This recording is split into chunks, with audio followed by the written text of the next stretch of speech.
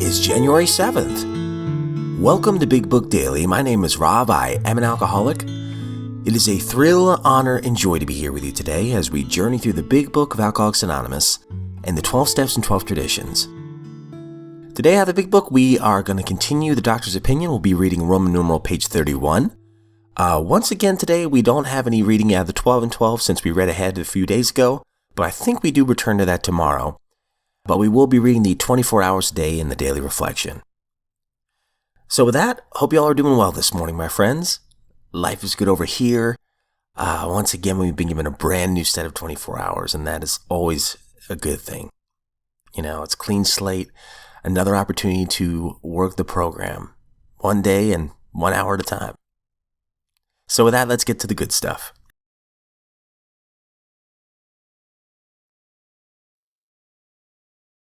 All right, if you recall from yesterday's reading out of the Big Book, Roman numeral 30, we were talking about I think it was about 4 or 5 different types of alcoholics, and I always love that last part.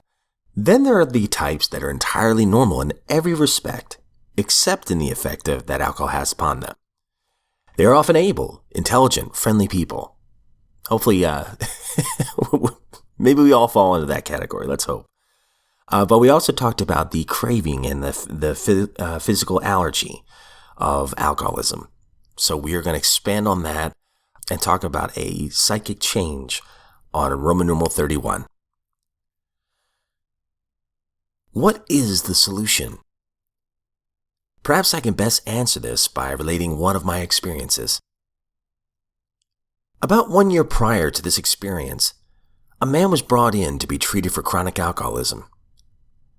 He had but partially recovered from a gastric hemorrhage and seemed to be a case of pathological mental deterioration.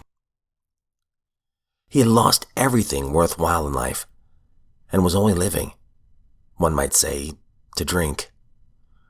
He frankly admitted and believed that for him there was no hope. Following the elimination of alcohol, there was found to be no permanent brain injury. He accepted the plan outlined in this book. 1 year later, he called to see me, and I experienced a very strange sensation. I knew the man by name and partly recognized his features, but there all resemblance ended. From a trembling, despairing, nervous wreck had emerged a man brimming over with self-reliance and contentment. I talked with him for some time, but was not able to bring myself to feel that I had known him before.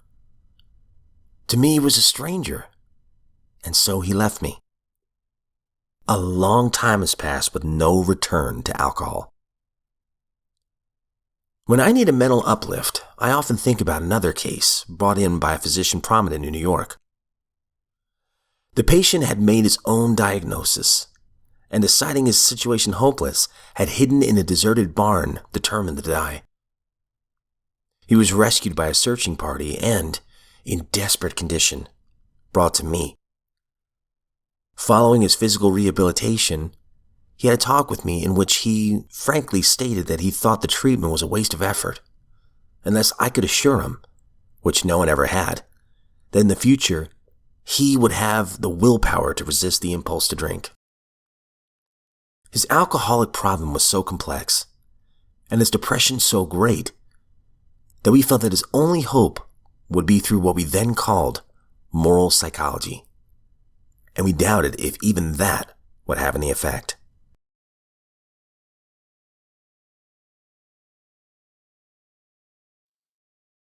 "24 hours a day, January 7th. AA thought for the day. When temptation comes, as it does sometimes to all of us, I will say to myself, no. My whole life depends on not taking that drink, and nothing in the world can make me do it. Besides, I have promised my higher power that I wouldn't do it.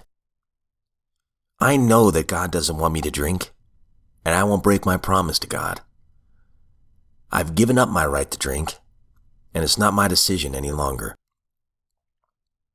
Have I made the choice once and for all, so that there is no going back on it? Meditation for the day. In silence comes God's meaning to the heart. I cannot judge when it enters the heart.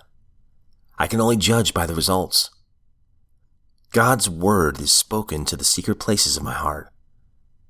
And in some hour of temptation, I find that word and realize its value for the first time. When I need it, I find it there. Thy Father who seeth in secret shall reward thee openly. Prayer for the day. I pray that I may see God's meaning in my life. I pray that I may gladly accept what God has to teach me.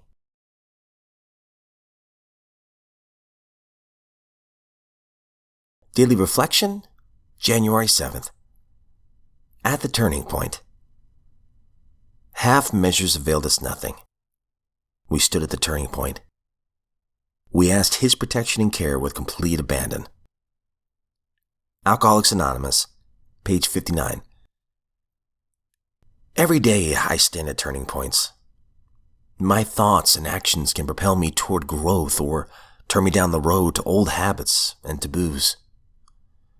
Sometimes turning points are beginnings, as when I decide to start praising instead of condemning someone, or when I begin to ask for help instead of going it alone.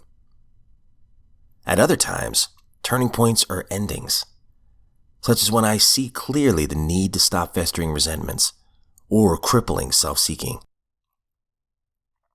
Many shortcomings tempt me daily. Therefore, I also have daily opportunities to become aware of them. In one form or another, many of my character defects appear daily. Self-condemnation, anger, running away, being prideful, wanting to get even, or the acting out of grandiosity. Attempting half measures to eliminate these defects merely paralyzes my efforts to change. It is only when I ask God for help, with complete abandon, that I become willing and able to change.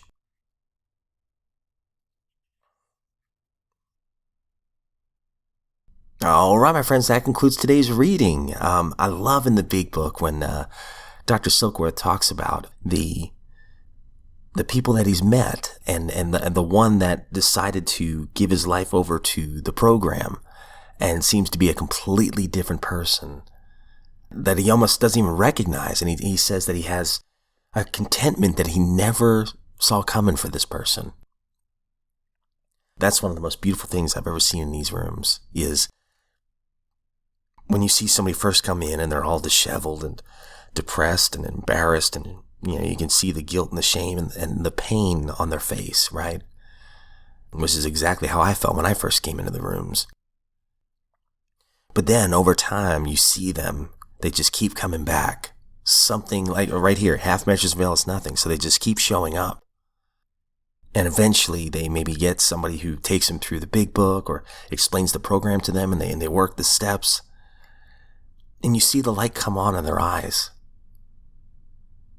And you see this peace starting to form in their lives. And they're laughing at themselves again. It's a beautiful thing when you see that. When I can laugh at myself and think, you know what? Yeah, I did do those things. But I've prayed for forgiveness, and I'm trying to do better now. And I have strategies to do that. Then you can kind of just let that old guilt and shame go. And it's replaced by this contentment that honestly, it says right here on the January 7th Daily Reflection. It is only when I ask God for help with complete abandon that I become willing and able to change. I think for me, it's a higher power thing. He kind of works through this program and gives me the contentment as I go. Now I can pick up that ego and that pride and that insecurity and anxiety and fear, comparing myself to others. I can pick all that stuff back up. That's why for me, I have to work this program every single day. And today, I'm going to ask my higher power for help with complete abandon, that I would become willing and able to change today. So with that, my friends, I hope you all have a great one today.